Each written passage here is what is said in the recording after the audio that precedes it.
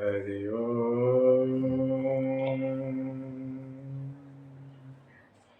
स्वस्ति श्री गणेशाय नमः। श्री सरस्वते नमः। श्री परमात्मने नमः। श्री जानकी वल्लभो विजयते नमः। श्री राम कथा रस रसिक प्रभु श्री शंभुनाथ हनुमान। प्रेम सहित आसन धरहूँ शरण कथा करुगा।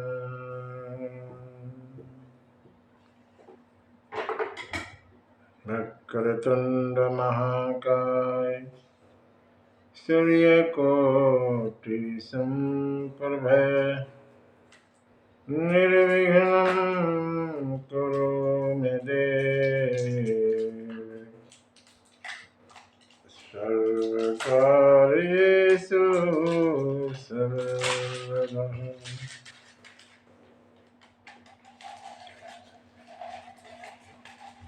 रामाय रामभद्राय रामचंद्राय वेधसे रघुनाथाय नाथाय सीताय पतये नमः। मंगलम भगवान शंभो मंगलम ऋषभध्वज मंगलम पार्वती नाथो मंगलाय तनोहर।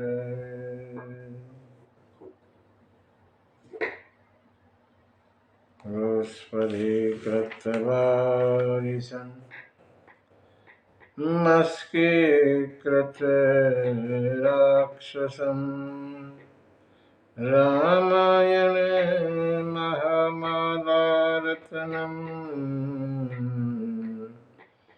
वन्दे अनिलात्मजा। यत्र यत्र रघुनाथकीर्तनं तत्र तत्र कृतमस्तकाञ्जलिं बाष्पवारि परिपूर्णलोचनं मारुति नमत राक्षसान्तकम्। श्री तुलसीदास के पद कमल बारंबार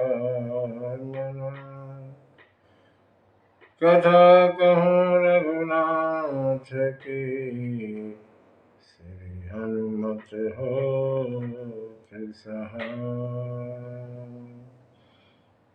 सीतारामचंद्र भगवान की जय।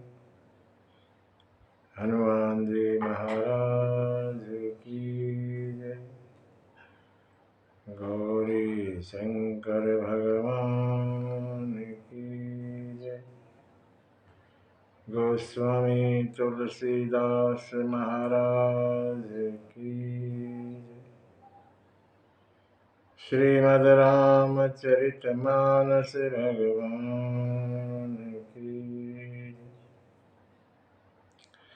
गौ माता की जय। भारत माता की जय। सत्य सनातन धर्म की जय। ओम नमः पार्वती पते हरे हरे महादेव।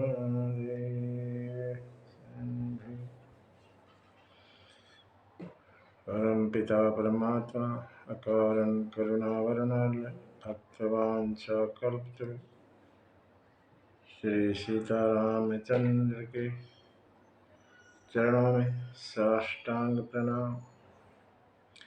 हनुमान जी महाराज और भोले बाबा के चरणों में प्रणाम। गोस्वामी जी को बारंबार प्रणाम। कथा रस रसिक भक्तजन, सभी श्रेष्ठ जन, हरि अनुरागी भक्तों को सिया राम में सब जग जानी, करहूं प्रणाम जोड़ जुग पान।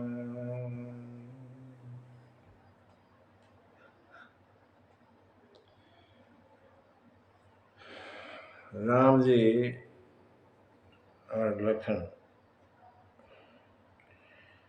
गुरु विश्वामित्र के साथ जनकपुर में पहुंचे। जनकपुर की 3 लीलाएं बड़ी मुख्य हैं, प्रसिद्ध हैं। एक तो जनकपुर दर्शन, भगवान लखन के साथ जनकपुर का दर्शन करते हैं। दूसरा पुष्प वाटिका का प्रसंग, जहाँ भगवान का भक्ति से मिलन होता है। और तीसरा विवाह प्रसंग। तीनों में ही ना लखन जी आगे है, लखन से ही शुरुआत होती है। आज हम एक प्रसंग सुनेंगे जनकपुर भ्रमण का। राम और लखन जनकपुर नगर को देखने जाते हैं। पीछे के कर्म को लें कथा के, तो जनक महाराज ने विश्वामित्र को राम और लखन के साथ सुंदर सदन में निवास दिया और आज्ञा पाकर अपने काम के लिए चले गए। विश्राम किया गुरुजी ने राम लखन के साथ, कुछ सत्संग हुआ और एक पहर का दिन बच गया। एक पहर का दिन शेष रहा। लखन के हृदय में कुछ लालसा जागी। वैसे लखन के हृदय में कोई लालसा नहीं होती, बैरागी है लखन, लेकिन यहाँ जागी जनकपुर में। जनकपुर के नर नारी निराकार निर्गुण ब्रह्म के उपासक हैं और आज उनके यहाँ साकार सगुण ब्रह्म आ गए। तो लखन जीवाचार्य है, जीवों के आचार्य, सभी जीवों के आचार्य लखन। लखन के हृदय में नगर देखने की लालसा नहीं है। जनकपुर के नगरवासियों को भगवान के दर्शन कराने की लालसा मेन है मुख्यतः, लेकिन कहते नहीं है ना ऐसा। भाव यही है, लिखा तो गोस्वामी ने कहा, लिखा तो ये है कि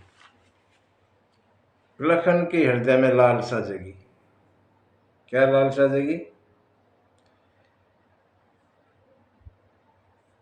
कि नगर देख के आ जाए, लिखा तो ऐसा है। लेकिन भाव यही है कि लखन इस बहाने जनकपुर वासियों को भगवान के साकार रूप के दर्शन करवाना चाहते हैं। जो निराकार के उपासक हैं उनको लगे ना, उनको देखे तो सही साकार भी कोई है। इसीलिए लखन के हृदय में लालसा जगी। गोस्वामी लिखते हैं चौपाइयाँ, लखन हृदय लालसा विषय की, जाई जनकपुर आई देखी। कह नहीं पाते। राम जी ने देखा कुछ है इसके मन में चल रहा है, लखन के मन में। राम जी ने जान लिया। भगवान भगत के मन में क्या चल रहा है सब जानते हैं। लखन के मन में क्या चला वो भी जाना। राम अनुज मन की गति जानी। भगवान ने अनुज माने छोटे भाई लखन के मन की गति को जान लिया, क्या चल रहा है। क्यों? भगत वत्सलता हिय हुलसानी। भगवान भगत वत्सल है, भक्तों को प्रेम देते हैं, इसलिए जान गए। लखन कुछ कह नहीं पाते। राम जी ने गुरु की तरफ देखा और कहा, इशारा मिला गुरु जी का, तो राम जी कहने लगे, हे नाथ। गुरु जी, नाथ लखन पुर देखन चही। गुरु जी लखन जो है जनकपुर के दर्शन करना चाहते हैं। अच्छा, कहते क्यों नहीं? प्रभु सकोच डर प्रगट न कही। आपके संकोच से, आपके डर से कह नहीं रहे। अगर मुझे आज्ञा मिले, जो राउर, राउर माने आपकी, जो राउर यसु में पावन। अगर मुझे आपकी आज्ञा मिल जाए, नगर दिखाई तुरंत ले आऊं। जनकपुर दिखाकर और जल्दी वापस ले आऊंगा, अगर आप आज्ञा दें तो। गुरु जी ऐसे मुस्कुराने लगे और कहने लगे, राम तुम कभी पहले आए हो क्या यहाँ जनकपुर में? राम कहने लगे, नहीं गुरु जी, मैं तो पहली बार आया। तो तुम कैसे दिखाओगे? दिखाएगा वो जिसने पहले देखा हो। तुम भी पहली बार आए, लखन भी पहली बार आए, तो आप कैसे दिखाओगे? साफ साफ कहो कि मैं भी देखना चाहता हूँ। ऐसा कहो ना कि मैं भी लखन के साथ जनकपुर के दर्शन करना चाहता हूँ। और गुरु जी ने आज्ञा दी, जाऊ देख आओ नगर, सुख निदान दो भाई। सफल करो सबके नयन, सुंदर बदन दिखाई। गुरु जी ने यही कह दिया। जो लखन के मन में भाव था वो गुरु के मन में भी है। जाओ दिखाओ इन जनकपुर वासियों के आंखों को धन्य कर दो अपने दर्शन करवा के। इन्होंने कभी ना साकार ब्रह्म के दर्शन किए नहीं है आज तक। तो आप जाओ और उनके आंखों को, नेत्रों को धन्य करो। गुरु जी की आज्ञा मिली और दोनों भाइयों ने प्रणाम किया गुरु जी के चरणों में और चले। जैसे ही चले, सभी नगरवासियों को समाचार मिल गया। क्या समाचार मिल गया? कि देखन नगर भूप सुत आए। देखन नगर भूप सुत आए। समाचार पुरबासिन पाए। जैसे ही समाचार मिला नगरवासियों को, धाये धाम काम सब त्यागी, धाये धाम काम सब त्यागी। सभी दौड़े अपना, सब वहीं छोड़ के काम धाम, सब दौड़े। कैसे दौड़े? गोस्वामी लिखते हैं, मन रंग कह निधि लूटन लागी, मन रंग निधि लूटन लागी। माने कोई रंग, रंग माने गरीब आदमी, माने कोई रंग खजाना लूटने चला, भाग लिए सब छोड़ के काम धाम को। काम धाम तो बाद में भी हो जाएगा। कोई गरीब आदमी काम कर रहा हो और उसको पता लगे वहां खजाना लूट रहा है, तो काम करके थोड़ी जाएगा, इतने तो खजाना खाली हो जाएगा, काम को वहीं छोड़कर भाग लेगा। ऐसे ही सब लोग जनकपुर के नर नारी अपना काम धाम छोड़कर भाग लिए। जो नगर की नई नवेली बहुएं थी वो झरोखों से देखते हैं, झरोखें। जुबती भवन झरोखन लागी, निरखहि राम रूप अनुरागी। युवतियां जो नई नई बहुएं झरोखों से भगवान के दर्शन करती है। झरोखे माने मर्यादा में, सरेआम जाके नहीं खड़ी होती कहीं, थोड़ा सा मर्यादा में रह के दर्शन करती है, नहीं है इसलिए। आपस में बात कर रही हैं सखियां। यहाँ 8 सखियों का जिक्र आता है, सीता माता की 8 सखियां।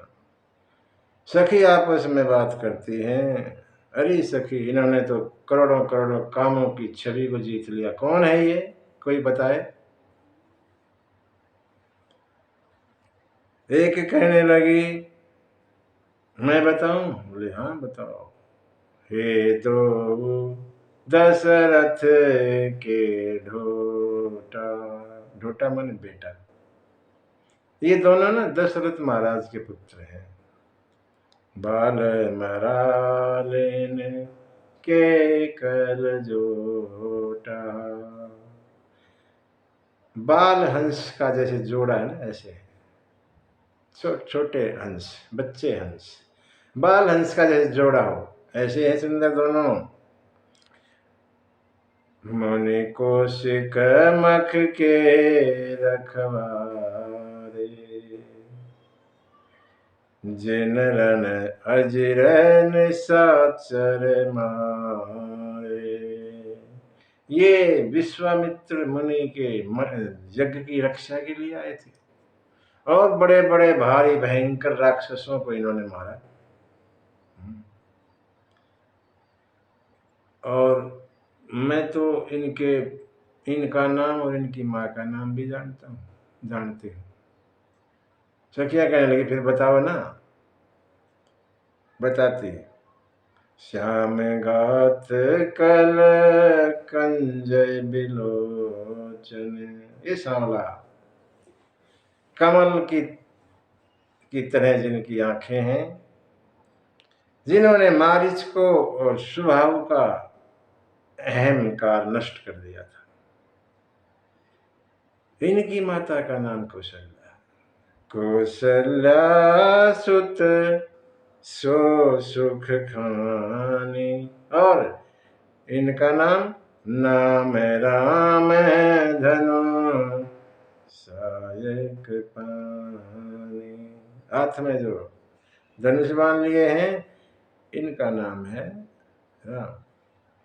और जो पीछे पीछे गौर किशोर बेसवर का छे, कर सर चाप राम के पाछे।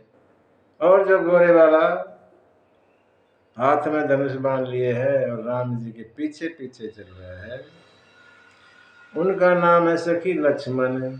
लक्ष्मण नाम राम लघु भ्राता। राम के छोटे भाई हैं। और सुनु सखी तासु सुमित्रा माता। और इनकी माँ का नाम है सुमित्रा। ये सब बताया। सखियां कह रही हैं आपस में, अरे सखी ये सावले वाला तो ना हमारी जानकी के लिए बड़ा सही है।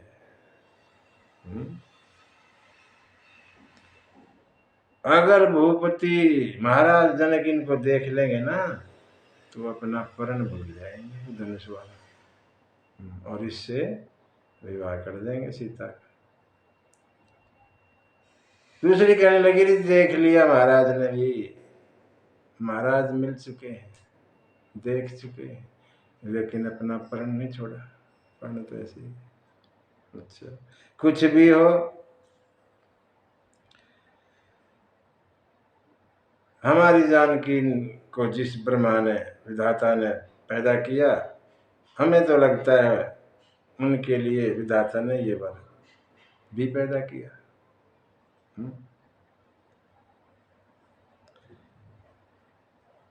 अगर इनसे शादी हो जाती है तो हमारा सबका हित होगा। ये आएंगे बार बार, हम दर्शन करेंगे। एक ने थोड़ा संदेह प्रकट किया, एक सखी ने, और कहने लगी, अरे शंकर का जो धनुष है वो तो बड़ा कठोर है, भारी है? और ये जो सांवला तो बड़ा कोमल है, कोमल शरीर का ही कैसे तोड़ेगा? एक सखी ने ऐसा कहा। लेकिन उसका निवारण किया दूसरी सखी ने, अरे सखी ऐसी कोई बात नहीं है, ये देखने में बड़े छोटे लगते हो लेकिन इनके काम सारे बड़े बड़े। अरे चरण छुआ और पत्थर की शिला अहिला ब्राह्मण की स्त्री बन गई। जो ऐसा कर सकते हैं, क्या वो शिव जी के धनुष को नहीं तोड़ पाएंगे? तोड़ेंगे, चिंता ना करो। सब खुश हुई और कहने लगी, सकी तेरे मुंह की बात सच्ची हो जाए तो बहुत अच्छा।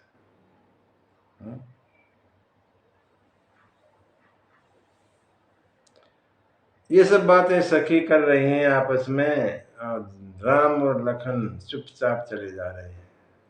लखन कहने लगा, भाई साहब ये इतना कुछ बोल रही हैं, आप कुछ कहते नहीं इनको, ना इनकी तरफ देख रहे हो। राम बोले, मैं इसलिए तो आया हूं, चुपचाप चला गया आगे, कहीं नहीं देखना। सखियां कहने लगी, अरे सखी मुझे तो लगता है गूंगे क्या, आपस में बोलते ही नहीं, इशारों इशारों में बात करते हैं। चलो आगे चलो, ऐसे इशारे में बात करते।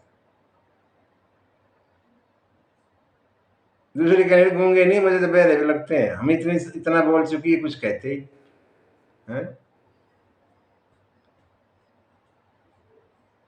लखन बोले, भाई साहब थोड़ा देख लो ना, गूंगे भी बना दिए, बहरे भी बना दिए, तो देख लो। भगवान ने थोड़ा दर्शन प्रमुख किया, सखिया ने दर्शन किया। ही हर सई बर सई सुमन, खुश हो गई सखियां और फूलों की बारिश कर दी, बरसात कर दी। सुमुखी सुलोचनी वृंद, जाय जहाँ जय बंधु जो, तह तह परमानंद। जहाँ जहाँ दोनों भाई जाते हैं परमानंद छा जाता है वहीं पर ही। सखियों ने फूलों की बरसात की, बारिश की, मानो इशारा कर रहे हैं कि कल, अब तो जाओ लेकिन कल वाटिका में आ जाना इसी समय, या सुबह के समय आ जाना, कोई ऐसा समय दिया होगा, कल वाटिका में मिलते हैं, सुबह आ जाना। राम जी जो है लखन को लेकर आगे पहुंचे, जहां पर यज्ञ का पूरा प्रबंध किया हुआ था, यज्ञशाला में पहुंच गए। और लखन को यज्ञशाला दिखा रहे हैं, जिनकी एक इशारे में भ्रकुटी से पूरा जगत खड़ा हो जाता है। वो एक यज्ञशाला दिखा रहे हैं छोटी सी। भक्ति, ये भक्ति का प्रभाव है। राम जी ने देखा काफी समय हो गया और लखन से कहने लगे, लखन चलो, गुरु जी नाराज हो जाएंगे, देर हो जाएगी।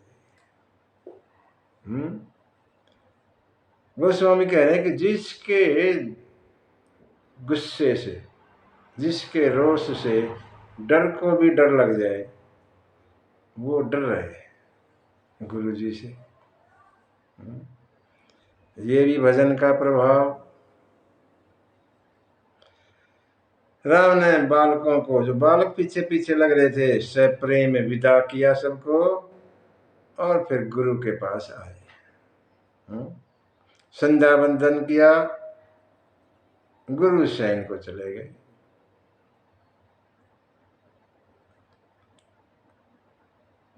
दोनों भाई शरण दबाने लगे।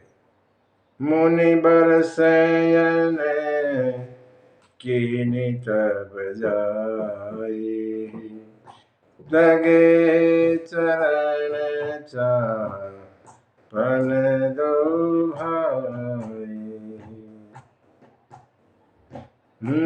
बार बार मुनि आज्ञा दीनी, रघुबर जाई शयन तब कीनी।